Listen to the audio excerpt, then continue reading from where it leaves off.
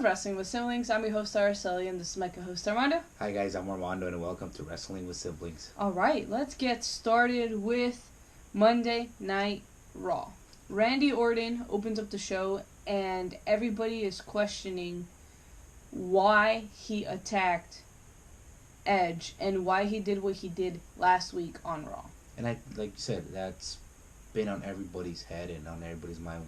Why did Randy Orton do this? And we were finally we're gonna get an answer, but as it turned out, Randy Orton, being Randy, he doesn't give an explanation about why. Yeah, he basically grabs the microphone a few times and he's about to talk into it. Obviously, the crowd is booing him like crazy, and he's like, I can't do this, and he just walks off. The ultimate heel. I wasn't expecting an explanation and an answer from Randy Orton because I know exactly who he is. But when he does speak out, it's going to be interesting to see how it plays out. He might not even speak out. He might just continue to attack Edge for all we know. And keep in mind what Randy Orton said to Ricochet a couple weeks ago. I do what I want when I want. So that proves to you who Randy Orton really is. Yes, 100%. Alright, let's move on to the opening match of the show, which was Lana versus Liv Morgan in a rematch. We do know that last week Liv was able to get the victory, and she was able to get the victory on this match as well. Super quickly. You really got to give the credit where credit is due to Liv Morgan. She's really improved, and I think a huge push is coming for her. I'm really liking this feud between Liv and Lana. I think it's really elevating both of their careers, especially Liv, and at the same time Lana, because like I said, they're both getting up there. Yeah, they're both getting finally the time that they both deserve, and we knew who Liv Morgan was. She proved herself in 2019, and I think this really is going to be her year. As for Lana, it's going to be interesting to see what happens after the feud with Liv Morgan is done. We know she was kind of partnered with Bobby Lashley. Will that continue, or will they shift in other directions? It's going to be interesting to see. Liv Morgan needs to be focused on what she's doing in the ring. We saw that a couple times last week and this week. New moveset, so we'll see what ends up happening with Liv. And Lana just keeps improving, great mic skills. Let's see what's next for both of them. I think I know what's next. Ruby Riott comes out after Liv Morgan wins her match, and we're all thinking, okay, they're gonna partner together, and this is gonna be the return of the Riott Squad. Maybe without Sarah Logan, maybe with Sarah Logan. But it's interesting because Armando and I had mentioned this a few podcasts ago, where we would put Liv with Ruby and Sarah in a potential feud. And the fact that Ruby Riott came out and attacked Liv Morgan already tells you that's the angle they're going to go in. Yeah, I have to agree with you on that. I think they're going to go on that angle like you said. It's going to be very interesting. Let's see how this all plays out. Not only with Ruby Riott, with Liv Morgan, and potentially Sarah Logan if they decide to throw her in the mix with them. It's new. It's fresh. I like it. I think there's rivalry there, and I think the storyline can go long ways and it could be one of the biggest storylines we could potentially ever see. Now the question is, why did Ruby Riott attack Liv Morgan? That's pretty much the question that she's going to have to answer next week or maybe down the road. Well, personally, I think jealousy. Maybe it's because they split and now Liv is getting that spotlight. Liv is going to get that huge push. She's going to get that storyline, and now she's getting that TV time, and maybe Ruby sees the potential in Liv Morgan and sees her as a future star, and maybe she feels threatened. I don't know. Yeah, or she probably doesn't like this new Liv that's pretty much come out. You know, we're used to seeing Liv coming out, skipping. So who knows why Ruby Riott actually attacked? We guess we're yet to find out. Let's see if she answers that question next week on Raw. Lots and lots of questions, but let's move on to the very next match, which was Mojo Rawley versus Drew McIntyre. Drew McIntyre is like, I told you guys I was winning the Rumble, and therefore he did. And he also makes it very clear that as soon as this match starts, he's going to win it in 3 seconds. Sure enough, that's exactly what he did. Claymore to Mojo Rawley, and that was it. Yeah, definitely Drew McIntyre showing why he won the 2020 Men's Royal Rumble and why he's going to face Brock Lesnar at WrestleMania. But I gotta give credit to Mojo Riley as well too. Why? Because he is taking the 24/7 Championship Series. He wants to make it relevant, which to me that's important. I don't know up to you. I'm pretty sure as well too. And he's willing to defend it at any place, anytime. It definitely is important to me as well. And yes, I do agree with that. And the fact that he's willing to do even singles matches for the championship proves a lot about Mojo Riley. But you also have to give him props. The fact that he was able to stand in the same ring with the Royal Rumble winner, Drew McIntyre, and pretty much take that Claymore, you got to give him props for that. But now it's very, very interesting because now Drew McIntyre is one of the most dangerous men in the WWE as of right now, and I think Brock Lesnar should definitely be scared. I think so. I think he's gonna bring the fight to Brock Lesnar, but we'll see, and we'll get more into that later as the story develops. All right, let's move on to Kevin Owens and the Viking Raiders versus Buddy Murphy and AOP. Very interesting matchup, if you ask me.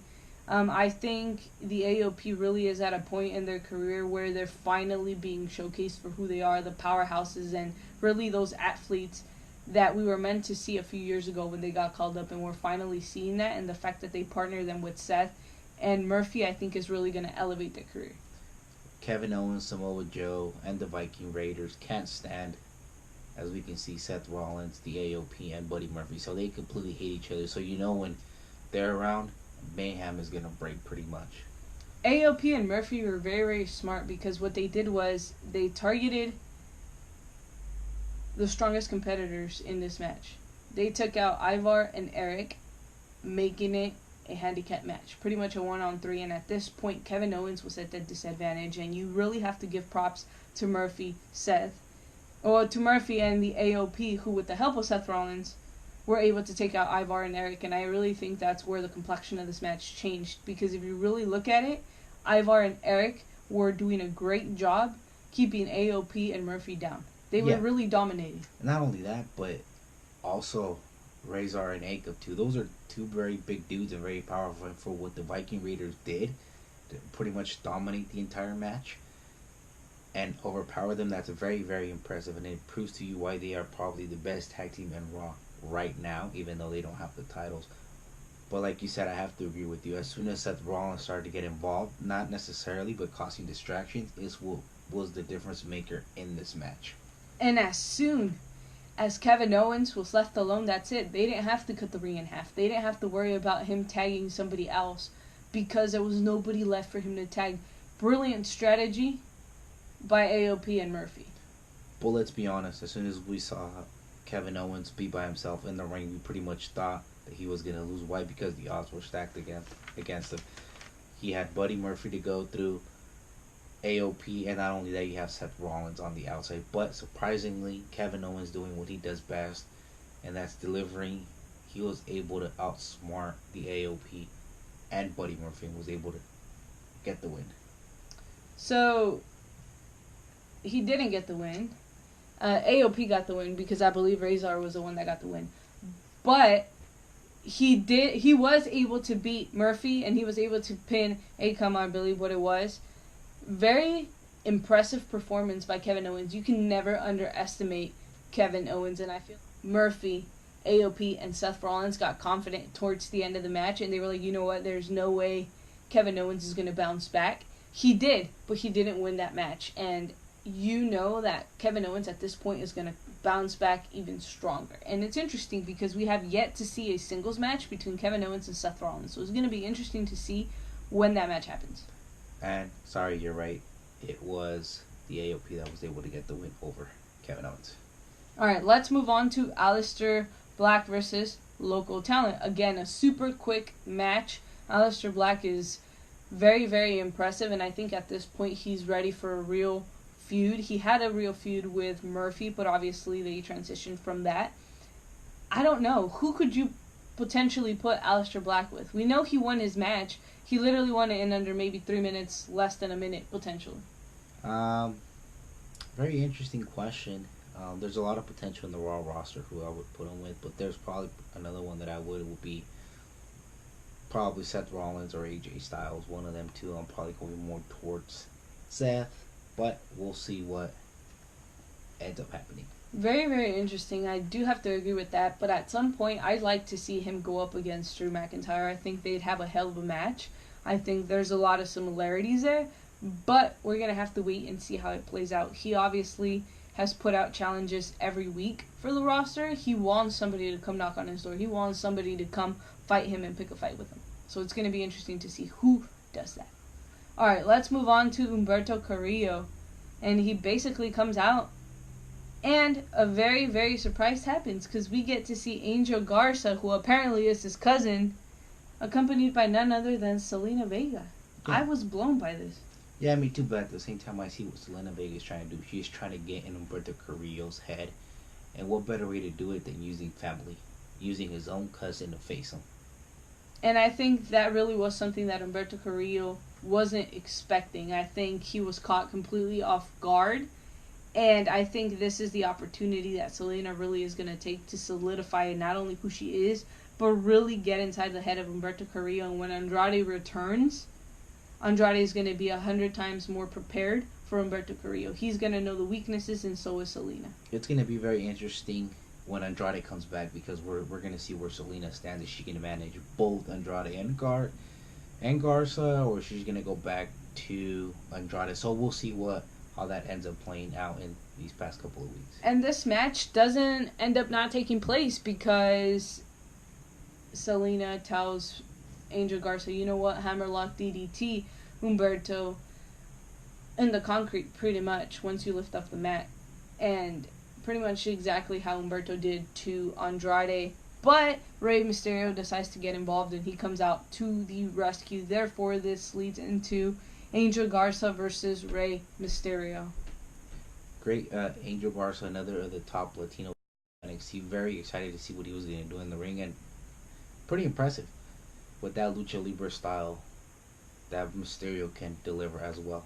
Yes, and I think Mysterio at this point, he's at a level in his career where he doesn't have to prove anything. I think at this point it's just about him putting over talent, and I think he did a great job. Angel Garza looked incredible in his match with Rey, and I think now having him with Zelina is really going to take him to a level where he should be and where he is going to be, and I think he's going to be comfortable, and I think having Zelina by his side is going to be very, very well for Angel Garza. And I think these storylines have played out perfectly with Mysterio, Humberto, and now Angel Garza. I think Mysterio has done a great job carrying them and taking them under their wing. Like you said, Mysterio really doesn't need this. And not only that, but Mysterio, got to give him credit to keep up with these young guys like how he's doing. Very, very impressive.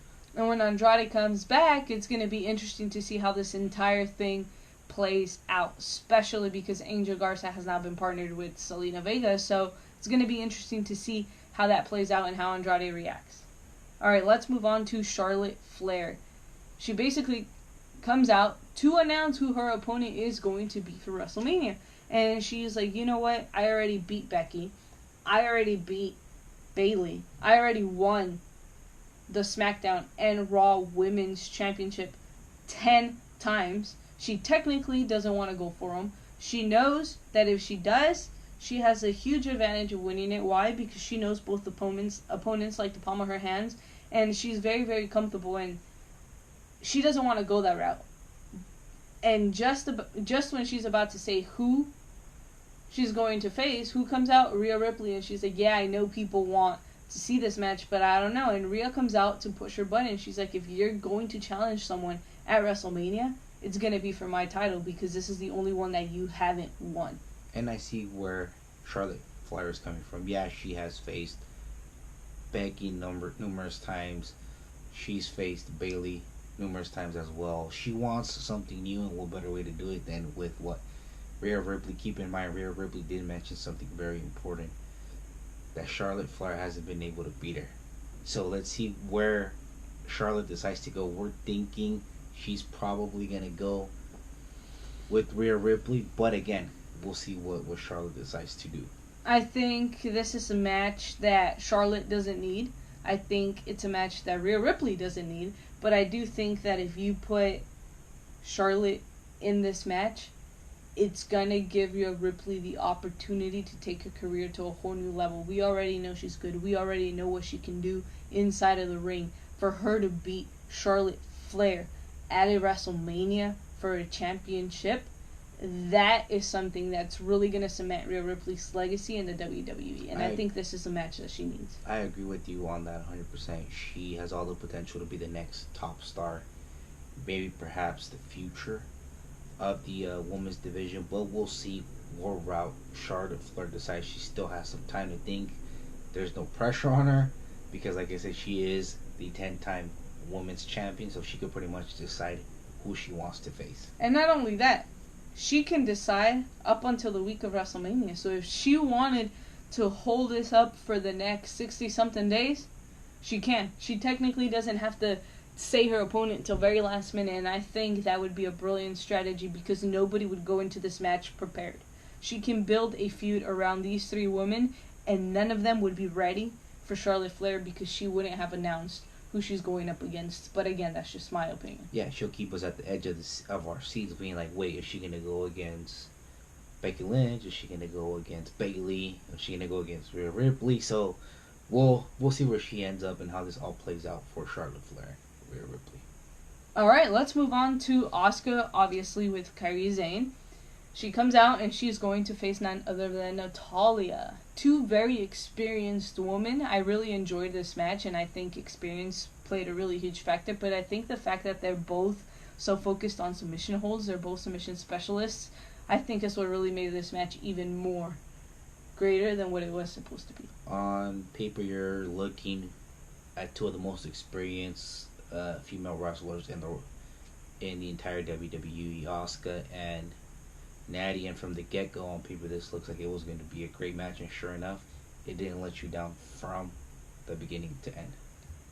And you gotta give props to Natalya. She was ready from the moment she went into this match till the very, very end, and I think her experience did play a huge factor, but the fact that she was ready for Kairi Sane, she knew that she was going into this match with a disadvantage. Why? Because at any given time, Kairi Sane could have interrupted this match. She could have gotten involved, and that's something that Natalya didn't let get inside her head.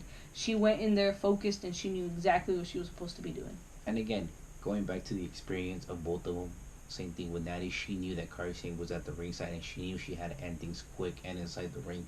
Now, the longer the match went, the more advantage it was for Asuka, right? Because she had in her moveset. And that's how you tire out your opponent. That's exactly where you get them to where you want them to be. And that's exactly what Asuka did, and so did Natalya. But at the end of the day, Asuka came out victorious. And the fact that she did now puts her in a situation where she wants another championship opportunity. So what does she do? She calls out Becky Lynch, and she's like, you know what? I want my rematch for the Raw Women's Championship. And sure enough, Becky comes out, and she's like, you're on. So we're going to see this match yet again. It's going to be interesting. Are we going to see this at Mania? We can if Charlotte decides to go with a different opponent. Or are we going to see this at the Elimination Chamber? More than likely, that's exactly what's going to happen. Or if we may potentially see that Asuka actually defeats Becky Lynch now. So we'll see how it all plays out. Keep in mind, the one advantage that Asuka has, and I would continue to say, is Kairi Sane on her side. They work so well together that they both have each other's back. That's this advantage. That's pretty much the only advantage that I see over Becky Lynch. And I think as long as she stays focused, she'll do fine, and she'll be able to defeat somebody like Becky Lynch, who has gone undefeated, and I believe she is at 306 days being undefeated. So can Asuka be the one that dethrones Becky Lynch? I guess we'll find out whenever this rematch happens. And keep in mind, Asuka hasn't been able to connect the Asuka lock on Becky Lynch. Becky Lynch has been able to counter it, been able to, how could I say this? Avoid it. Yes, pretty much able to avoid it. So we'll see how this all plays out. If she's able to connect it, is Becky gonna tap out? We'll see next week on Monday Night Raw. Yes. All right. Let's move on to the main event. Seth Rollins versus Bobby Lashley versus Ricochet. The winner of this match was going to get a number one contendership shot at the WWE Championship at Super Showdown to face Brock Lesnar. this was the opportunity of a lifetime for both Ricochet and Bobby Lashley. But again, the one that walked into this match with the most confidence was Seth Rollins. Why? Because he had already beat Brock Lesnar twice, and what? He could do it again if he wanted to.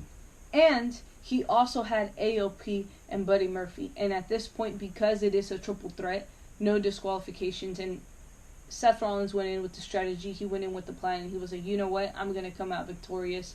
And that's exactly what he was planning to do. But he underestimated Bobby Lashley, Ricochet, and the fact that if AOP and Murphy did get involved in this match, Kevin Owens and the Viking Raiders were also going to be involved. So that backfired for Seth Rollins. And at this point, I was like, okay, it's in between Lashley and Ricochet, and I'm okay with the outcome because at this point I think it's deserving, but I still don't think it's going to change the main event of WrestleMania. No, and keep in mind, Ricochet had already pretty much picked the fight with Brock Lesnar before the Royal Rumble.